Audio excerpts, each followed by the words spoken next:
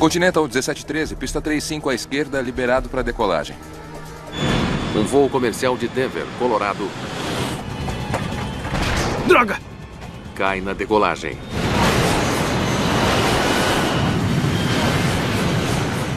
O avião estava bem em cima de mim. E eu pensei... Muito bem, talvez eu morra aqui hoje. Equipes de resgate lutam por horas no frio para libertar passageiros presos. Fique firme, logo vamos chegar aí. Você nunca será capaz de salvar a todos.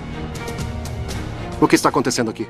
Depois que determinamos que o voo seguro era tecnicamente possível, tivemos que determinar o que mais deu errado. Mas esse trabalho é mais difícil do que qualquer um imagina. Havia muito mais nisso e era isso que os investigadores tiveram que entender.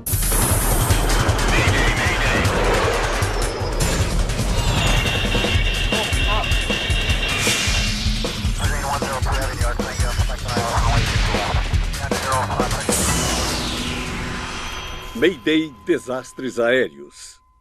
Esta é uma história real baseada em relatórios oficiais e relatos de testemunhas. Morte no inverno.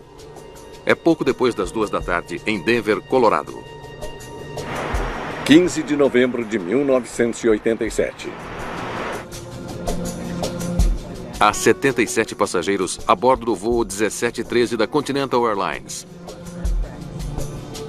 Eles estão a caminho de Boise, Idaho.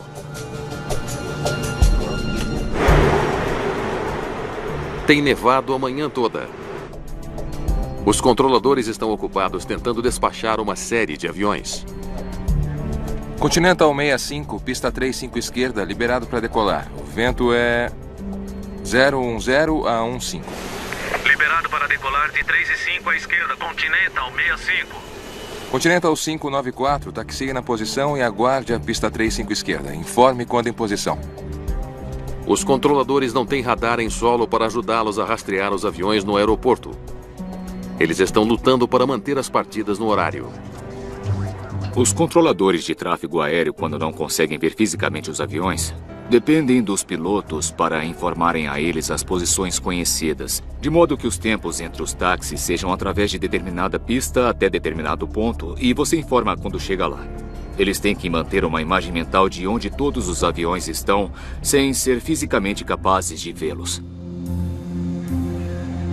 Os pilotos do voo 1713 estão esperando a sua vez de decolar. O clima de inverno já os atrasou em quase 1h30. Continental 594, torre. O comandante é Frank Zvonek, de 43 anos. Ele está voando para a Continental há quase 19 anos. Acho melhor dizer a eles que somos o número 1 aqui no lado norte. Torre de Denver, Continental 1713, é o número 1. TC9 para Continental. O copiloto Lee Brucher só está na empresa há alguns meses. Os pilotos estão no controle de um McDonnell Douglas DC-9, um avião de curto a médio alcance extremamente popular e econômico. As empresas aéreas podiam fazê-lo voar várias pernas em um só dia. Fazê-lo economicamente e de forma confiável. Continental 875, taxie em posição e aguarde. Continental 875, posicionar e aguardar. Ótima viagem, pai. Valeu. Foi divertida, não foi? Mas vai ser bom voltar para casa. Entre os passageiros do voo de 2 horas até Boise estão o adolescente Jason Kemper e o seu pai. Eles estão indo para casa.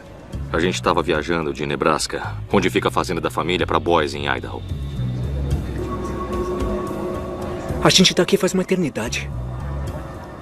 Eu sei o que quer dizer, filho. Eu só me lembro de sentar e esperar e pensar, será que a gente nunca vai decolar? Senhoras e senhores, fomos liberados para taxiar em posição e aguardar na pista. Estaremos no ar muito em breve. Comissários, preparem a cabine para a partida. Às 2h14 da tarde, o voo 1713 se posiciona para decolar. Pré-decolagem, seletor de freio, ignição cancelada. Continental 875 está no ar. Há um pouco de sujeira na pista. Continental 875, obrigado. Pra quem perguntar, tem um pouco de sujeira na pista. Sujeira. Velocidade de VR, 145. Não deslize. Os pilotos definiram sua velocidade de decolagem em 145 nós. Quando há um contaminante na pista, seja neve molhada, neve seca ou lama, tudo isso afeta diferentemente a aceleração e a capacidade de parada do avião. Continental 1713 está em posição. Tudo bem, obrigado. Freios acionados. O avião é seu. Tá bem. O copiloto Butcher pilotará o avião durante a decolagem de Denver. Continental 1713, pista 35 à esquerda, liberado para decolar. Continental 1713, liberado para decolar. Luzes acesas. Quando o avião começa a acelerar, o mais importante é manter o controle do avião e mantê-lo na linha central. Muito bem, potência definida para a esquerda e para a direita. Temos 95 nós. A gente ouviu os motores acelerando. O avião finalmente estava se movimentando na pista. Essa foi a parte mais emocionante da viagem. United 227, taxi e aguarde em posição. Enquanto o voo 1713 acelera na pista, o controlador já voltou sua atenção para o próximo voo da fila. V1. Que legal. O avião estava ganhando velocidade e aí ele finalmente decolou. Rodar.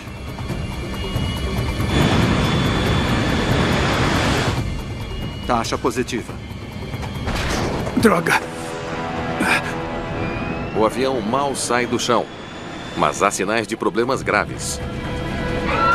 Pai, o que é isso? Não se preocupe, Jason. O avião levantou do chão e começou a inclinar para a esquerda. E aí, em seguida, o avião começou a inclinar para a direita. E eu fiquei pensando, o que está acontecendo aqui?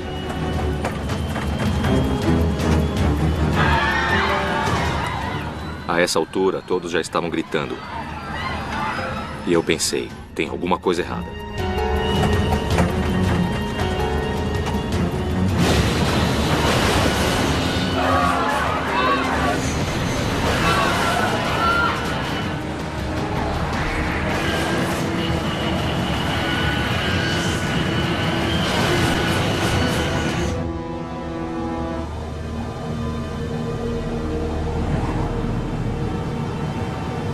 Na torre, os controladores não sabem que algo está errado. United 227, por favor avise quando estiver na pista. Torre, alguém acabou de cair na 35 esquerda. Tem uma grande bola de fogo. Continental 1713. Torre. Emergência. Todos do resgate para a pista 35 esquerda. Acho que tivemos um acidente. Um DC-9.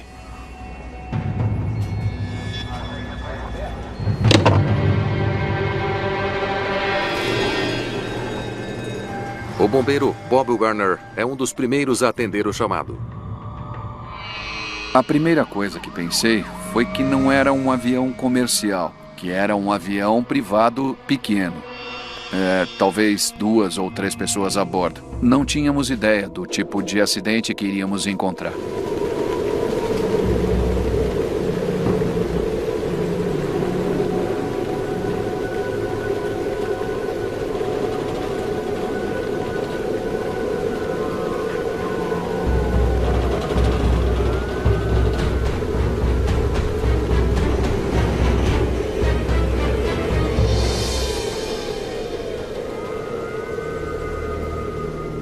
O avião estava em cima de mim.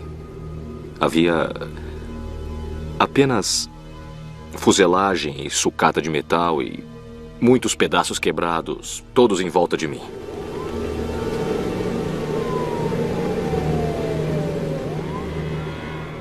Aí eu pensei, muito bem, talvez eu morra aqui hoje.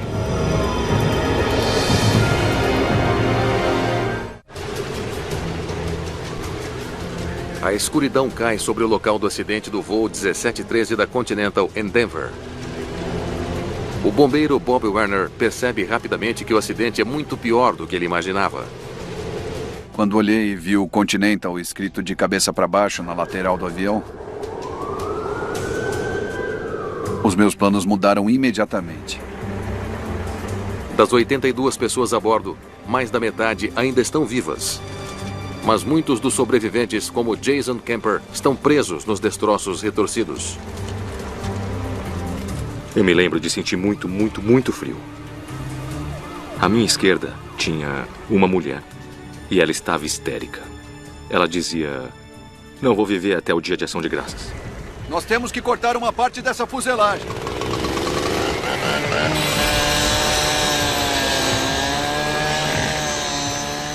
Houve algumas vítimas que conseguiram se afastar do local. Mas aqueles com os quais estávamos lidando estavam praticamente presos na aeronave. Os socorristas trabalham freneticamente para libertar os passageiros presos. Mas Werner está preocupado em não provocar um incêndio catastrófico. O avião estava carregando quase 8 toneladas de combustível. Eu senti o cheiro do vapor e o cheiro do combustível. A serra que eu estava usando estava lançando faíscas. E eu não queria me tornar uma fonte de ignição. Me dá a barra de ferro.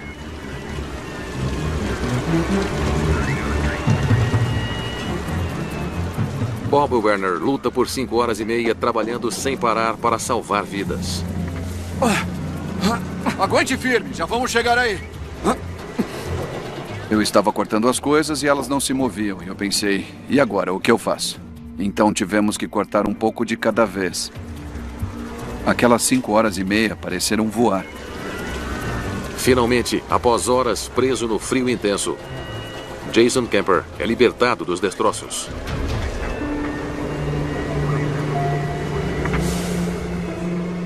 Eu me lembro da neve caindo no meu rosto e eu olhei para os destroços do lado de fora do avião pela primeira vez. Os socorristas salvam 54 vidas, mas 28 pessoas morrem no acidente, incluindo o pai de Jason. Eu me lembro de pensar assim: eu não quero sair daqui.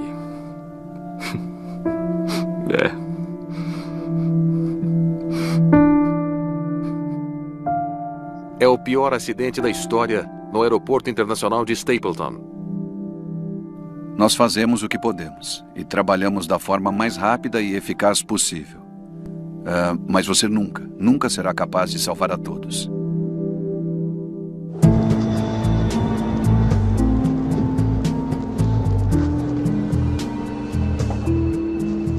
Bob Benson vai liderar a investigação para a Comissão Nacional de Segurança dos Transportes, a NTSB. Foi meu primeiro trabalho em um grande acidente para uma grande companhia aérea e eu fiquei um pouco intimidado. Então eu queria fazer tudo certo. Tem os registros meteorológicos para a hora do acidente? Visibilidade, um pouco mais de meio quilômetro, neve moderada e neblina. Não são as melhores condições para voar, com certeza. Eu quero saber sobre as condições da pista e os protocolos de descongelamento. Estava nevando no momento do acidente. Estava abaixo de 0 e essas não são condições ideais para operações de aviação, mas nós não pudemos nos concentrar naquilo imediatamente porque outras aeronaves estavam decolando e aterrissando de forma rotineira. Então tinha que ser algo mais do que simplesmente o mau tempo. Os investigadores sabem que o voo 1713 mal saiu do chão. A falta de sustentação aponta para uma possível causa: os flaps. Richard Rodrigues é o investigador encarregado do funcionamento do avião. Nós tivemos um acidente recente envolvendo um MD-80 que não havia configurado a aeronave adequadamente para decolagem. Os flaps foram deixados para cima e não na posição de decolagem. Então essa era uma possibilidade e uma das coisas que procuramos em primeiro lugar. Sem dúvida não foram os flaps. Eles rapidamente descobrem que os flaps do voo 1713 estavam na posição correta para a decolagem. Os flaps estavam abaixados quando chegamos lá, então eles estavam configurados corretamente. Os investigadores precisarão da ajuda das 2 caixas pretas do avião se quiserem solucionar este caso. Felizmente, ambas são encontradas intactas. Os gravadores de voz registraram mais do que apenas as vozes na cabine de comando. Podemos determinar uma velocidade de rotação do motor, podemos ouvir interruptores sendo acionados, alertas sonoros que a aeronave emite, campainhas ou ruídos e coisas assim. Quais pistas os gravadores do voo 1713 contêm? Os investigadores não saberão até que os técnicos da NTSB tenham a chance de analisá-los. Enquanto os investigadores esperam pelos dados da caixa preta, eles esperam saber mais sobre o voo 1713 do controlador de plantão no momento do acidente. Muito bem. Vamos começar do início. Olha, quando eu soube deles, eles já estavam na pista. E isso meio que me pegou de surpresa.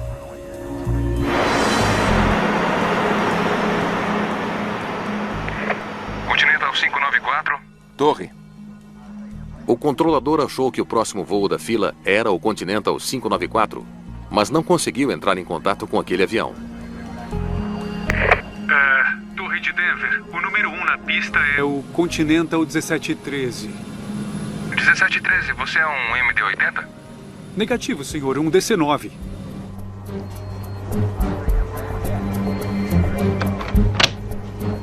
Não sei como o 1713 chegou lá, mas ele está lá. O controlador explica que, de repente, o voo 1713 relatou estar na pista. Ele deveria ter ido do portão para a estação de degelo e depois taxiado para a pista. Mas quando eu soube dele, ele já estava posicionado na pista. A revelação deixa os investigadores com uma pergunta crucial. O voo 1713 não fez o degelamento antes de seguir para a pista?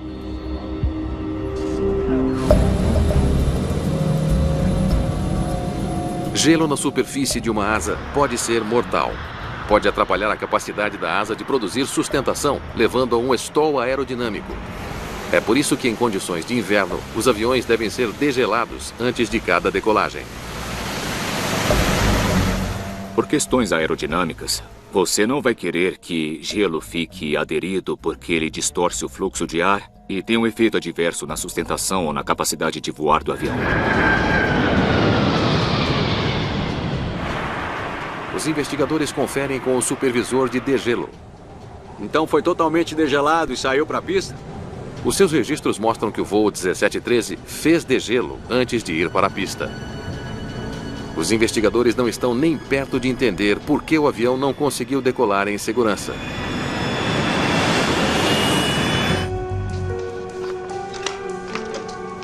Mas eles estão próximos de ouvir os momentos finais dentro da cabine de comando.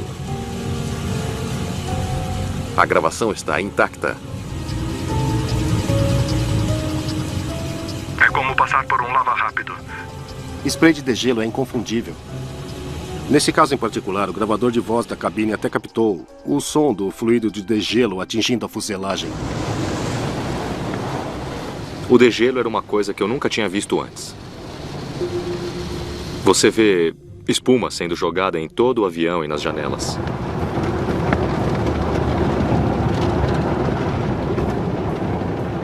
É isso. Degelo completo às 13h47. Então nós sabíamos exatamente quando aquele procedimento de degelo começou e exatamente quando parou.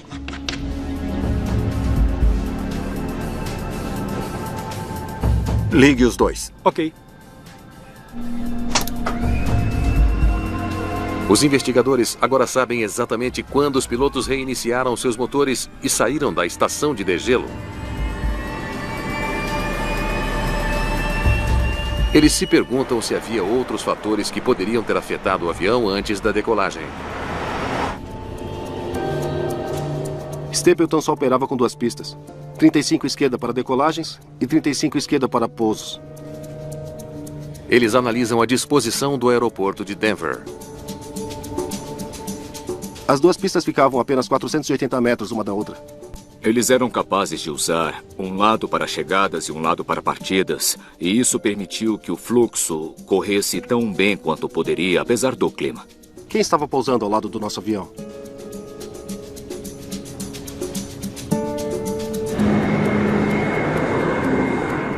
Eles podem criar vórtices de esteira perigosos. Ventos produzidos pelas pontas das asas podem viajar grandes distâncias. Até que ponto depende do peso do avião e das condições meteorológicas. Os investigadores agora se perguntam, será que um vórtice poderoso de outro avião perturbou o voo 1713 justo quando estava tentando decolar? Torre, Continental 875 está em posição. Vai demorar mais alguns minutos para a pista, pessoal. A coisa está apertada aqui hoje. Já que as pistas são tão próximas uma da outra, os controladores geralmente pedem um intervalo de 2 minutos entre cada pouso e decolagem. Mas no dia do acidente, havia tanto tráfego que o tempo entre aterrissagens e decolagens por vezes era de apenas 1 minuto. O último avião a pousar antes do acidente foi este. O voo 367 da Delta. 3 minutos antes do voo 1713 ter sido liberado para decolagem, um 767 da Delta Airlines aterrissou na pista vizinha. Continental 1713, pista 35 à esquerda, liberado para decolagem. Continental 1713, liberado para decolagem. O voo 1713 foi autorizado a decolar cedo demais, depois do pouso do voo da Delta. Um 767 pesando 150 toneladas cria um vórtice de esteira que pode se deslocar 520 metros para o lado e permanecer por até 3 minutos e meio. Esse vórtice de esteira poderia ter perturbado a decolagem do voo 1713. Muito bem, vamos começar com os pesos. Usando registros de voo, os investigadores calculam o peso do avião da Delta que pousava. Eles incluem os passageiros, a bagagem e a carga de combustível e chegam a um número: 105 mil quilos. É difícil de gerar muito vórtice com este peso. E quanto aos ventos? Um vórtice de esteira viajará mais longe quando a atmosfera estiver calma e estável. Até mesmo ventos suaves podem ajudar a dissipar os vórtices de esteira. Neve moderada, vento soprando a 17 nós. Com base nos boletins meteorológicos do aeroporto de Stapleton, os investigadores calculam a distância que um vórtice de esteira poderia ter percorrido. Não há como um vórtice ter viajado 500 metros naquele dia. No final, quando levamos tudo em consideração, a velocidade do vento, a direção do vento, os pesos das aeronaves, etc., o encontro com o vórtice de esteira não poderia ter ocorrido. O que condenou o voo 1713 da Continental ainda é um mistério.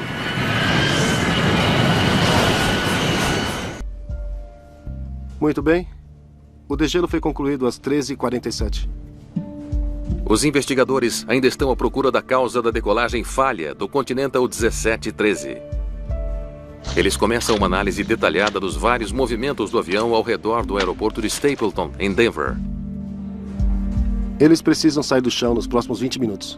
Naquela época, o manual de operações de voo da Continental determinava que a tripulação precisava estar no ar em 20 minutos após o degelo. Após 20 minutos, o gelo derretido e a neve na asa podem começar a congelar novamente, formando uma nova camada de gelo. Vamos ver o que acontece. O voo 1713 saiu do solo dentro dos 20 minutos obrigatórios? Tempo decorrido, 1 minuto. Pré-decolagem? O gravador de voz revelou que os pilotos levaram 4 minutos para reiniciar os seus motores. Hidráulica? Confere. Em alta. Até aí tudo bem. Há tempo de sobra para chegar à pista e sair do chão. Motor antigelo? Está ligado. A tripulação leva mais 3 minutos para executar a lista de verificação de pré-táxi. Vá em frente no taxiamento. Eles estão em movimento. 11 minutos após o degelo, o Continental 1713 está taxiando em direção à pista. Bug inserido. 145. Deve levar apenas cerca de 1 minuto para chegar à pista a partir da estação de degelo. Tempo decorrido 12 minutos. A estação de degelo fica o mais perto possível da pista por razões óbvias. Você quer degelar e, em seguida, decolar o mais rápido possível. Há 2 voos à frente deles, Continental 16 e 17 e o 65. Eles têm 8 minutos até o tempo acabar. O voo 1713 deve ser capaz de decolar dentro do prazo de 20 minutos. Continental 1617, pista 35 esquerda, liberado para decolagem. Muito bem. Nesse momento, o Continental 1617 decolou. O Continental 65 é o próximo. Eles têm um avião na frente e restam apenas 5 minutos do relógio. Essa coisa pode demorar muito. Pode durar muitos dias. Liberado para decolar 35 esquerda, Continental 65. 18 minutos depois de sair da estação de degelo, não há mais aviões entre o voo 1713 e a pista. Os pilotos esperam ouvir o seu número em seguida. Continental 594, taxi e aguarde na pista 35 esquerda. Informe quando em posição. Continental 594? O que está acontecendo aqui?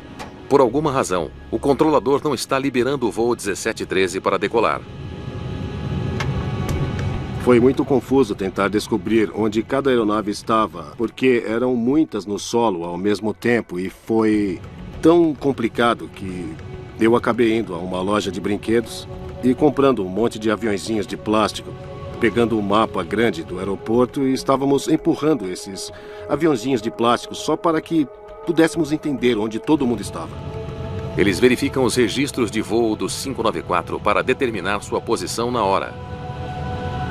O Continental 594 é um MD-80 na estação de degelo. Então por que a torre está tentando colocá-lo na pista? Alguém está vendo o MD-80 indo para a posição lá fora? O controlador parece ter perdido o controle dos aviões em fila para a pista. Acho melhor dizer a eles que somos o número 1 aqui no lado norte. A tripulação do voo 1713 tenta esclarecer a confusão. Torre de Denver, Continental 1713 é o número 1 DC-9 para Continental. Aproximando-se do limite de 20 minutos, eles informam que são os próximos da fila a decolar. Mas o controlador acha que o próximo avião na fila é o voo 594. O controlador acha que o 1713 é o voo 594.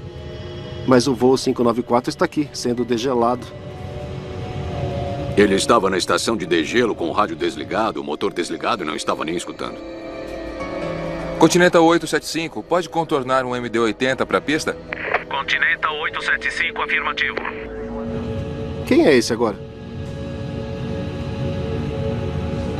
Ele está movendo aviões em torno do que ele pensa ser o 594. O controlador não está recebendo uma resposta daquele que ele acredita ser o próximo avião da fila, o voo 594.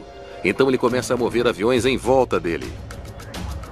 Houve essa confusão por parte do controlador porque ele tinha 3 ou 4 aviões da Continental com quem ele estava conversando e ele não sabia onde cada um deles estava. Tempo decorrido 20 minutos. À medida que o voo 1713 passa da marca de 20 minutos, a tripulação está ocupada tentando resolver a confusão do controlador. Torre de Denver. O número 1 na pista é o Continental 1713. 1713, você é um MD-80? Negativo, senhor. Um DC-9. O controlador não tem uma pista para o voo 1713, o que só aumenta sua confusão.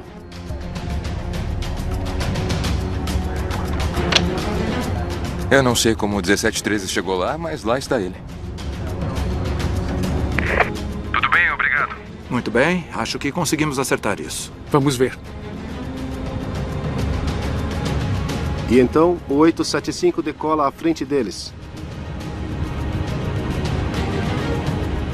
Com toda a confusão, o voo 1713 ainda está no chão, muito depois do limite de 20 minutos. Continental 1713, pista 35 esquerda, liberado para decolagem. Continental 1713, liberado para decolagem.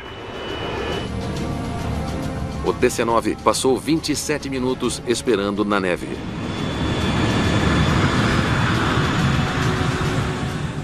Isso é muito tempo quando você tem uma precipitação contínua em baixas temperaturas. Então as duas aeronaves começam a rodar para decolar às 14h31, mas nunca sobem 6 metros acima do chão. A questão crítica agora é: um atraso de 7 minutos transformou uma decolagem rotineira em um desastre fatal?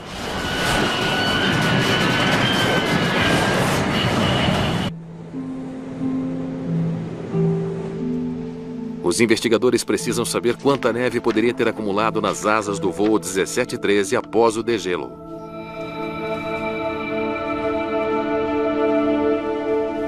Passageiros dizem que viram pedaços de gelo nas asas enquanto esperavam para decolar.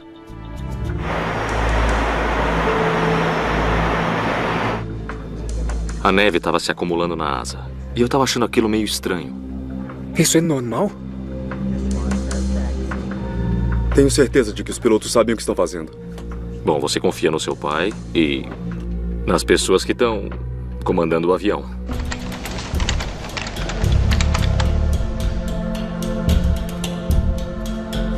Muito bem. O que temos entre 1h47 e 2h14? Tivemos que analisar a quantidade de precipitação que estava ocorrendo e a taxa que ela estava acumulando nos aviões. Eles estudam dados do Serviço Meteorológico Nacional. Menos de 1 centímetro de neve. Imprime para mim. Os investigadores agora precisam descobrir quanto dessa neve poderia ter se transformado em gelo nas asas do DC-9. A solução de degelo deve derreter a neve acumulada nas asas do avião. Mas se estiver frio o suficiente, a neve derretida pode diluir a solução e voltar a ter a forma de gelo. 2 graus negativos. Está frio o suficiente para congelar a água. Benson calcula exatamente quanto gelo acumulou nas asas nos 27 minutos antes da decolagem.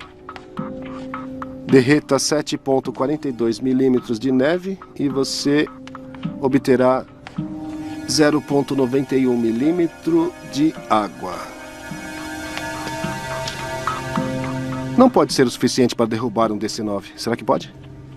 Seria o equivalente a uma lixa 30 ou 40, que é mais ou menos como salpicar sal nas asas do avião. Os investigadores examinam a tolerância de acúmulo nas asas de um DC-9. O fabricante, a McDonnell Douglas, fornece a eles alguns dados surpreendentes. Maior velocidade de stall? Uau! Isso é incrível! Os cálculos mostram que a pequena quantidade de gelo nas asas foi suficiente para degradar o desempenho, aumentando a velocidade necessária para a decolagem. Quando eu descobri que apenas o equivalente a uma lixa 30 de contaminação na asa pode degradar o desempenho em uns bons 20 nós, isso é significativo e então eu fiquei chocado. Droga! Os investigadores podem ter finalmente solucionado o mistério da decolagem fracassada do voo 1713.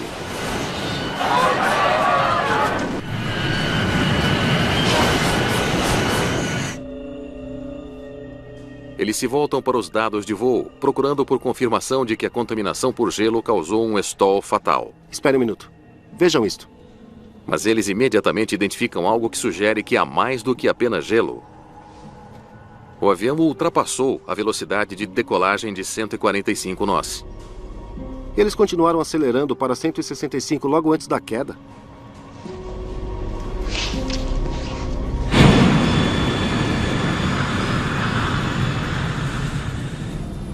Que legal. Os dados mostram que o avião chegou a uma velocidade em que poderia ter superado a perda de desempenho causada pelo congelamento. Foi só um pouco. Mas parece que eles poderiam ter decolado.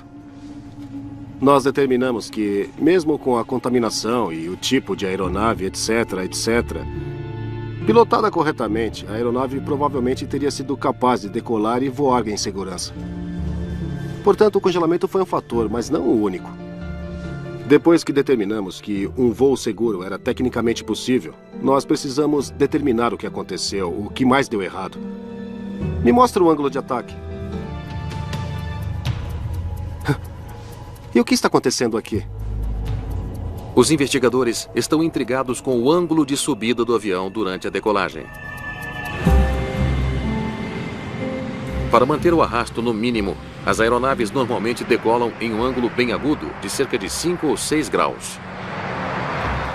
Quando você alcança a velocidade de voo onde você puxa o manche e o nariz começa a subir, você quer fazer isso gentilmente, para deixar as asas começarem a produzir sustentação e fazer a transição de forma suave. Os dados revelam que o voo 1713 subiu acentuadamente ao dobro da taxa normal. V1, rodar.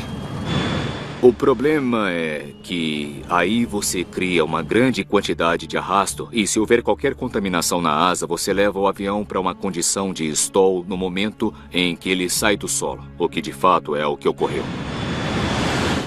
Taxa positiva. Droga! Parece que o copiloto pegou uma situação ruim e piorou, puxando seu manche com força demais. O que está acontecendo? Não se preocupe, Jason.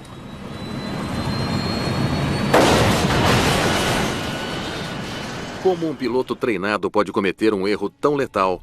É a próxima pergunta na lista. Uma vez que determinamos que a taxa de rotação e a angulação que a aeronave obteve muito rapidamente em rotação foram muito altos, nós precisamos tentar descobrir o porquê disso tudo.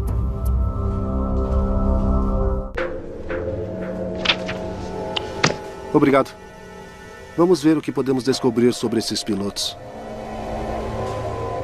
Os investigadores analisam os registros de treinamento da tripulação. Bom, os registros de treinamento se tornaram muito importantes quando começamos a suspeitar que um membro da tripulação não tinha o treinamento suficiente, por assim dizer. O que eles descobrem sobre o copiloto é preocupante. Ele não teve um desempenho espetacular naquela companhia aérea. E mesmo assim ele foi contratado. O copiloto teve uma história conturbada, para dizer o mínimo. Ele não era realmente um as da aviação. Então, em maio de 86, ele não passou no exame de voo. Ouça essa. Ele não manteve a posição quando deveria e depois errou a aproximação. O copiloto falhou em algumas provas e teve alguns problemas nos turbohélices. Adivinhe quem o contratou em seguida? Ele não estava totalmente familiarizado com todas as tarefas que tinha que fazer voando este novo avião. Este foi um grande passo para ele. Os investigadores vasculham os registros de emprego de Lee Butcher, tentando entender como ele foi contratado pela Continental Airlines. Espere, pare. É das empresas que o demitiram? Eles logo descobrem que, embora a Continental tenha feito uma checagem de antecedentes sobre Butcher, a companhia não estava informada sobre seu desempenho medíocre. O empregador anterior informou a Continental que esse piloto tinha saído de lá para buscar outras oportunidades, mas que ele saiu de lá porque quis. Nós achamos que a razão pela qual o empregador anterior não foi totalmente sincero sobre as habilidades do copiloto era porque ele estava com medo de um processo, com medo de ser processado pelo copiloto.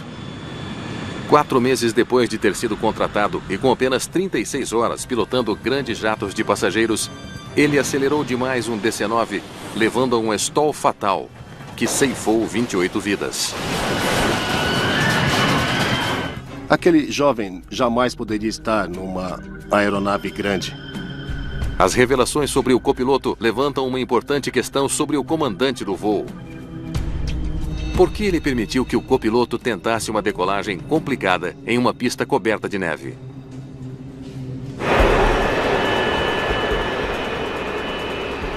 O avião é seu. Ok.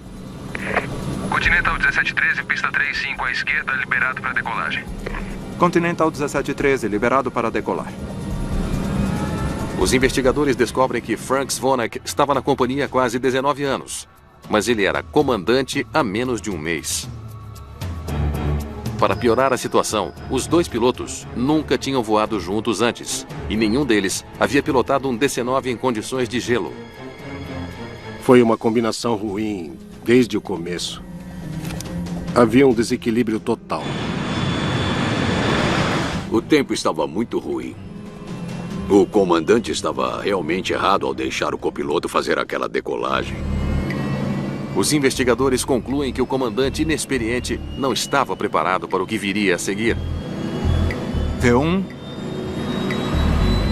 Rodar. Taxa positiva. Droga! O comandante Zvonek não faz nada para neutralizar as ações catastróficas de seu copiloto. A combinação de um piloto recém-promovido a comandante, um copiloto novato e uma fina camada de gelo se mostra letal. Se a taxa de rotação estivesse na velocidade normal ou mesmo ligeiramente abaixo, é bem provável que o avião tivesse acelerado normalmente, produzido sustentação normalmente e que a decolagem teria prosseguido normalmente.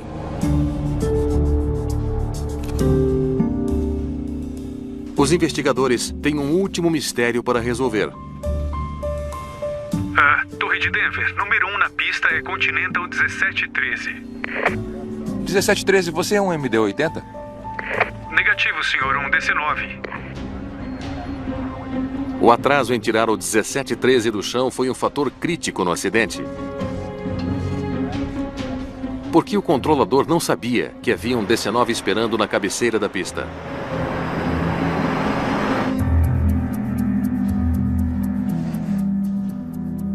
Eles nunca pediram permissão para taxiar. Continental 1713, no Delta 18, indo para Boise. Continental 1713, liberado para Boise. Tudo bem? Estamos prontos.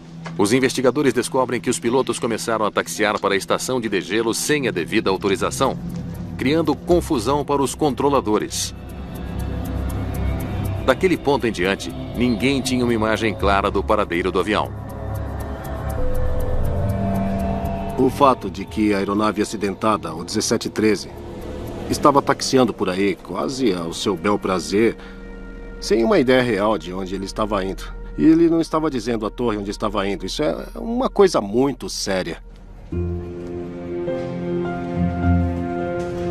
Eles poderiam ter superado um dos problemas, mas os dois juntos não tiveram chance.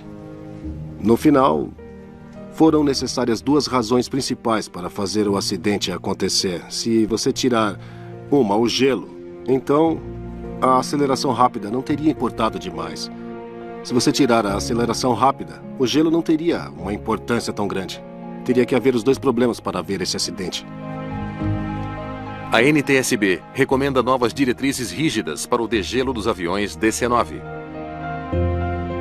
Eles também pedem às companhias aéreas que estabeleçam novas regras para impedir que pilotos inexperientes sejam escalados no mesmo voo. Nós recomendamos que a tripulação, como a do voo 1713 da Continental, nunca mais existisse. Nada de membros da tripulação muito inexperientes no assento da direita. E nada de comandantes inexperientes no assento da esquerda. E a Continental e outras companhias aéreas e a FAA aceitaram isso imediatamente. Então essa foi uma grande lição que se aprendeu.